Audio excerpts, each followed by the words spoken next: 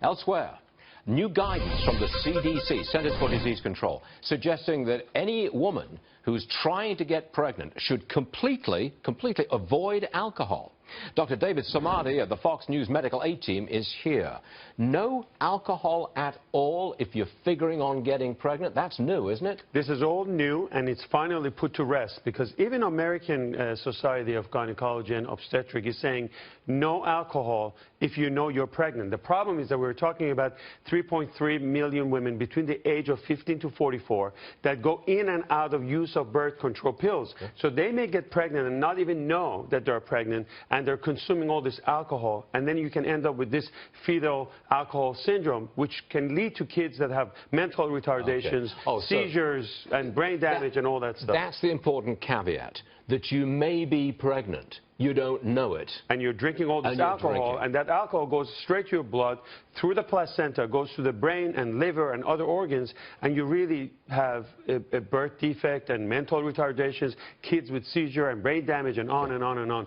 So bottom line, don't drink. That's if you think you're pregnant, or if you're not on birth control and you think you may be pregnant, please check before you touch alcohol and stay away from it. You thoroughly agree with this ruling? 100%. You're 100% behind Absolutely. it, no question about it. Even though I love a glass of red wine. Okay. But I'm not going to get pregnant. I'm not running for president at this point. You recommend a red wine, a glass a day, don't you? Yes. I'll get you all the brands. Leave me out of this, okay?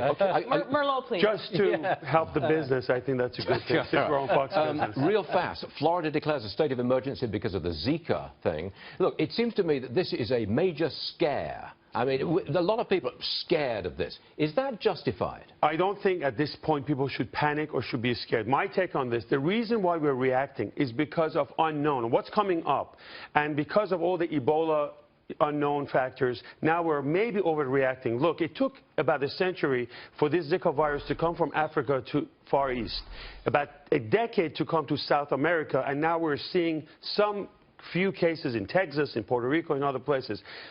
Personally, as a physician, I don't think this is going to become a major problem for our country. Okay. But, you know, if it happens, it's for pregnant women who may have to get this infected mosquitoes, and the virus has to go to them. Those are, they can wear sleeves. They can certainly wear. If you're in that situation, if you're a young woman, you're pregnant, you are devastated. It's devastating. It is devastating. That's a devastating threat. So here's a take-home message from Barney, Fox Business. If you're pregnant, please don't go to South America, to the Caribbean, to those places, because that's really a big center of this, and you don't want to take a chance. Thank you very much indeed for articulating the position of Happy Barney to be here. Cheers, Dr. Samadi. Thank you. Good stuff. We appreciate it. Thank you, sir. Thank you. Very good.